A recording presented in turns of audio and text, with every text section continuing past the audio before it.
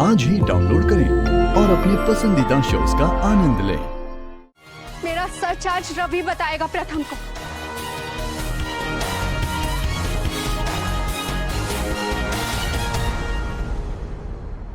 वो क्या है ना मंजरी की सारी लड़कियां तुम जैसे खुले दिमाग की नहीं होती ना, जो हमारे फायदे के बारे में भी सोचे। तो उन्हीं के लिए ये सब रिकॉर्डिंग करनी पड़ती है ताकि काम के बहाने हम उनसे बुलवा लें कि वो सब कुछ करने को तैयार है। हाँ, वो तो मेहनत करने की बात करती है और हम भी कम नहीं है। हम उनकी बातों को घुमा देते हैं अपने फायदे के और फिर जो चाहे कर लेते हैं उनके साथ।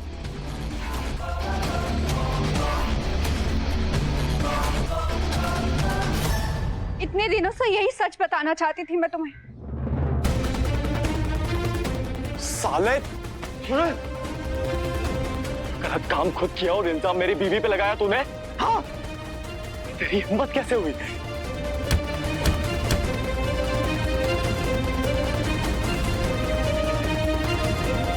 तेरी तो छोड़ो तुम इसे, मैं देखती।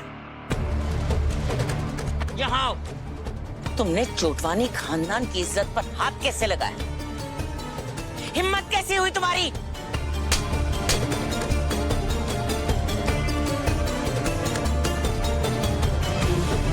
हिम्मत कैसी हुई तुम्हारी? बोलो।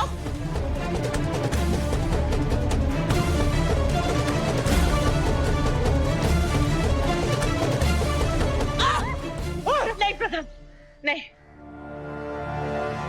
तुम अपने हाथ गंदे मत करो। मैं अभी पुलिस कमिश्नर से बात करके इसको सीधा करती हूँ, ठीक है?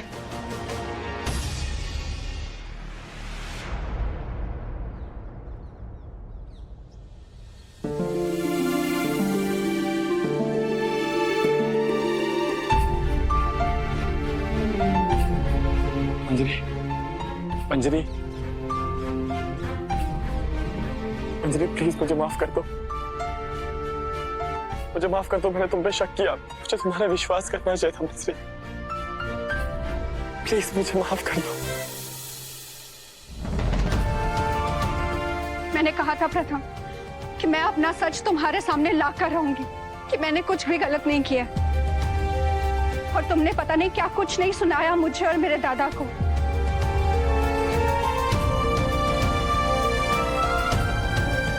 पर आज के बाद मैं मेरे दादा के खिलाफ एक शब्द नहीं सुनूंगी प्रथम।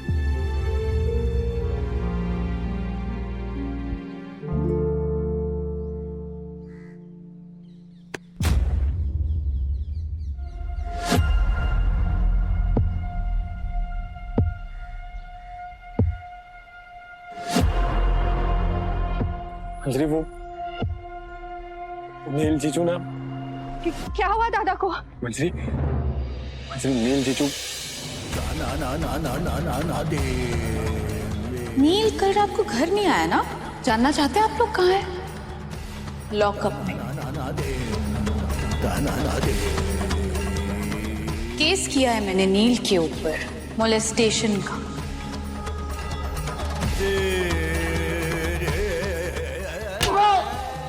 नील! अरे मार क्यों रहे हो?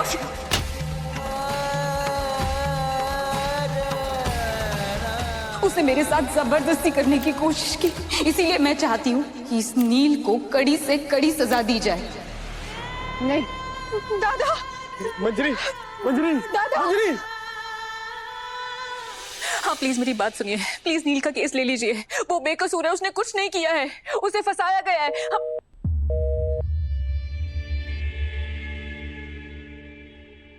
कोई लॉयर मिला? बेटा, नील का केस कोई भी नहीं लेगा। पब्लिक का सपोर्ट साइली की तरफ है। It's an open and shut case. बुरा मत मानना, लेकिन कहीं ना कहीं साइली की बातों पर मुझे सच्चाई नजर आ रही है। नील उसके बहुत क्लोज था, शायद बहक गया हो। मर्द बहुत आसानी से बहक जाते हैं, तुम नहीं जानती इस बात। मामा प्लीज, अगर आप मुझे सपोर्ट नहीं कर सकती तो कम से कम ऐसी बातें तो मत कीजिए। मुझे नील पर पूरा भरोसा है, वो ऐसा कुछ नहीं कर सकता, मैं जानती हूँ उसको। अच्छा ठीक है, ठीक है, मैं जानती हूँ तुम नील पर बहुत भरोसा करती हो, और मैं तुम पर भरोसा करती हूँ। और जहां तक लॉयर का सवाल है, मैं शहर का बेस्ट लॉयर ढूंढ दूंगी तुम्हारे लिए। मैं लॉयर से बात करती हूँ।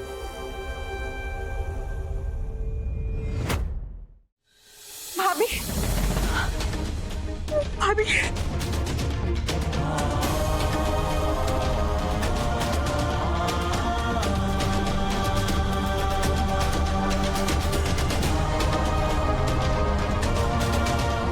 तुम कहाँ थी?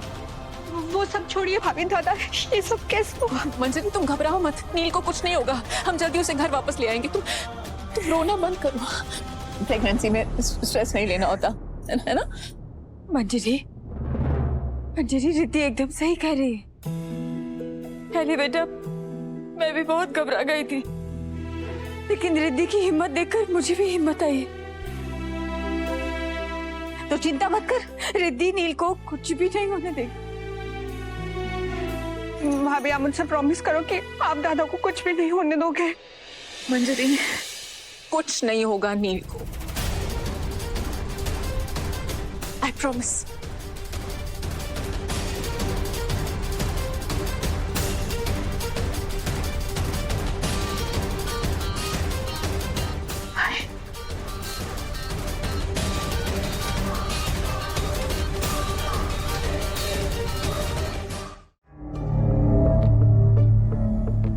कंचन जी, ये तो मेरी किस्मत है कि आपने हमको यहाँ पर बुलाया और हम यहाँ पर आ गए। वैसे पूरे नासिक में आपसे जैसे बड़े लोग कौन है? आपकी नजर हमारे ऊपर पड़ी, ये तो हमारा सौभाग्य है। वैसे भी हम यही सोचते रहते कि आप जैसे बड़े लोग अपने कब बुलाएं। चलिए कंचन जी, जिस केस के लिए आपने हमको यहाँ पर बुलाया है ना, बहुत ही वीक केस है। नील के ऊपर मोलेस्टेशन का चार्ज लगा हुआ है।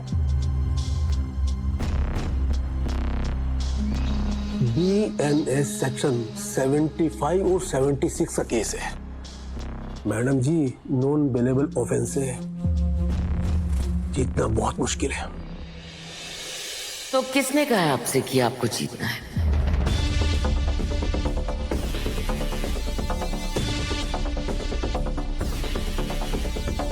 मिस्टर जोगलेकर, इस केस में आपको जीतने के लिए नहीं, हारने के लिए पैसे मिलेंगे।